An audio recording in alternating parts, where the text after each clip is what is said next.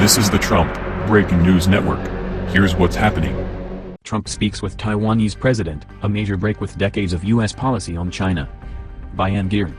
President-elect Donald Trump spoke Friday with Taiwan's president, a major departure from decades of U.S. policy in Asia and a breach of diplomatic protocol with ramifications for the incoming president's relations with China. The call is the first known contact between a U.S. president or president-elect with a Taiwanese leader since before the United States broke diplomatic relations with the island in 1979. China considers Taiwan a province, and news of the official outreach by Trump is likely to infuriate the regional military and economic power. The exchange is one of a string of unorthodox conversations with foreign leaders that Trump has held since his election. It comes at a particularly tense time between China and Taiwan, which earlier this year elected a president, Tsai Ing-wen, who has refused to accept the notion of a unified China under Beijing's rule. Her election angered Beijing to the point of cutting off all official communication with the island government. It is not clear whether Trump intends a more formal shift in U.S. relations with Taiwan or China.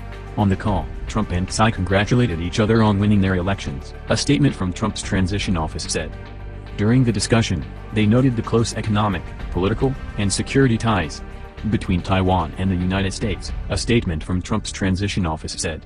A spokeswoman for Taiwan in the United States said she could not immediately confirm that the conversation took place and said she was seeking guidance from Taiwan. The conversation was first reported by the Financial Times and the Taipei Times. The president-elect tweeted out Friday evening, "The president of Taiwan called me today to wish me congratulations on winning the presidency." The United States has pursued what it calls a One China policy since 1972, when then-President Richard M. Nixon visited China. In 1978, President Jimmy Carter recognized Beijing as the only government of both mainland China and Taiwan, and Washington closed its embassy in Taiwan a year later. China guards the structures of its formal relationship with the United States very carefully, especially the founding document that established the One China policy. U.S. officials typically tiptoe around any mention of Taiwan or the Chinese goal of full reunification. This phone call calls into question whether or not Trump adheres to the basic foundation of the U.S.-China relationship, said Evan Medeiros, a former top China advisor to President Obama who is now an advisor at the Eurasia Group. This action guarantees that U.S.-China relations under Trump will get off to a very rocky start. Trump's growing team of national security and foreign policy advisors includes several people who have been strong supporters of Taiwan in Republican administrations. They include Stephen Yates, Deputy National Security Advisor under Vice President Richard B. Cheney, who was reported to be visiting Taiwan when the call occurred. Trump apparently considered hotel investments in Taiwan earlier this year. The mayor of Taoyuan said last month that a representative from the Trump Organization had visited and was interested in constructing hotels in the northwestern Taiwanese city, according to China Times. Trump has said he will separate himself from his businesses before he is inaugurated. In recent years, in the face of Taiwan's waning economic power and decreasing international recognition as a separate entity from mainland China, Taiwanese diplomatic representatives in Washington have been trying to raise their stature. They have courted government officials and journalists with Taiwanese film screenings, expensive soirees and other cultural events around town. For years it has looked like a losing battle. But the Trump call could constitute a major and unexpected coup for Taiwan's new administration by showing the island's continued relevance. Michael J. Green, a senior Asia advisor to President George W. Bush, said the call will not necessarily lead to lasting bad blood with China. Taiwan is a very good friend, and it is good to let the world know that, Green said, adding, the president-elect's phone call may have been unconventional, but it's not completely unprecedented. President Ronald Reagan infuriated the Chinese by inviting a Taiwanese delegation to his inaugural ball, and his administration included a long-running tussle over whether to reprioritize Taiwan, Green said. Bush caused a kerfuffle when he suggested the United States might defend Taiwan militarily, but that, too, blew over, Green noted.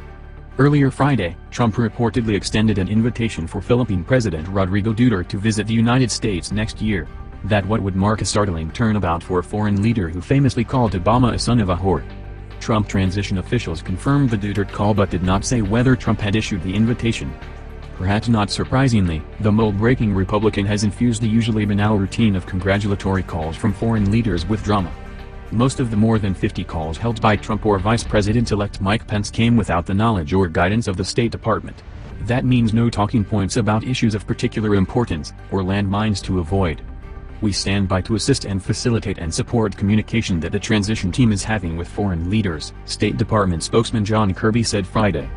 The calls have appeared haphazard and out of order, Russia and Ireland before close ally Britain, for example, and the conversations have a casual tone that the British press sniffed is unpresidential.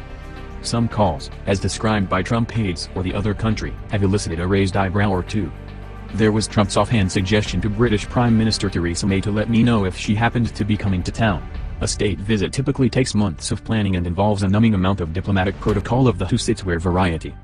And there was the conversation with Russian President Vladimir Putin in which the two agreed, according to the Kremlin, on the absolutely unsatisfactory state of bilateral relations and committed to normalize the relationship. The United States and Russia maintain cordial official ties. Secretary of State John F. Kerry met with the Russian Foreign Minister Friday, but both countries have accused the other of meddling.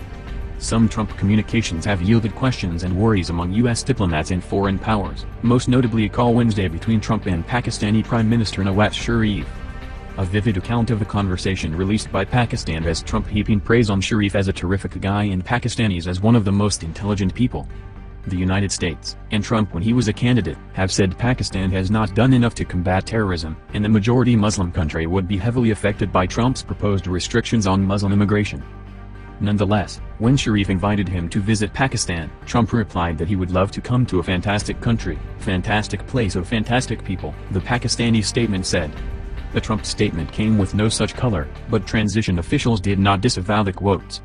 Most disturbing to diplomats in the United States and elsewhere was the Pakistani account of Trump pledging partnership that could suggest favoritism in Pakistan's eternal, and nuclear-armed, rivalry with India.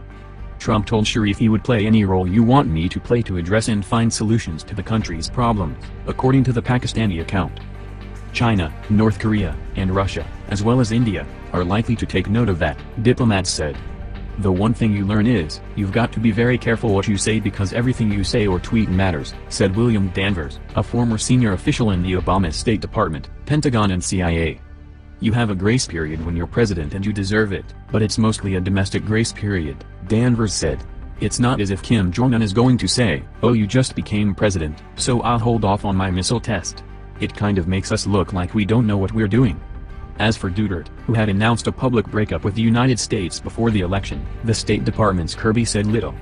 I don't know of any specific support that was provided for that call, he said.